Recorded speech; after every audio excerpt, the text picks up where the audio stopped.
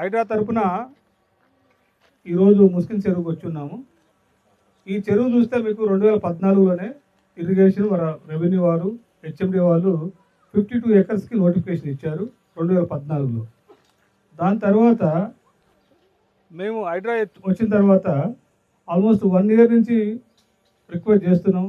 చాలా మీటింగ్లు పెట్టాము. మీరు కూడా మా ఆఫీస్కి వచ్చి ఉన్నారు. ఓనర్స్ అందరూ వచ్చారు.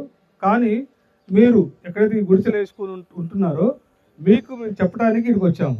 ఎందుకంటే ఇది ఎఫ్టీఎల్లో ఉంది కాబట్టి మీరు ఇలాంటివి కట్టకూడదు.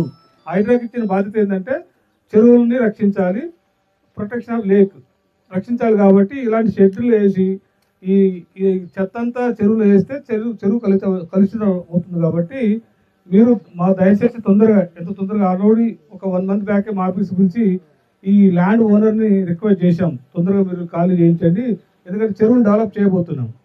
కాబట్టి ఆ మెసేజ్ మీకు వచ్చిందో లేదో అని చెప్పడానికి మీ దగ్గరకు వచ్చి ఉన్నాం.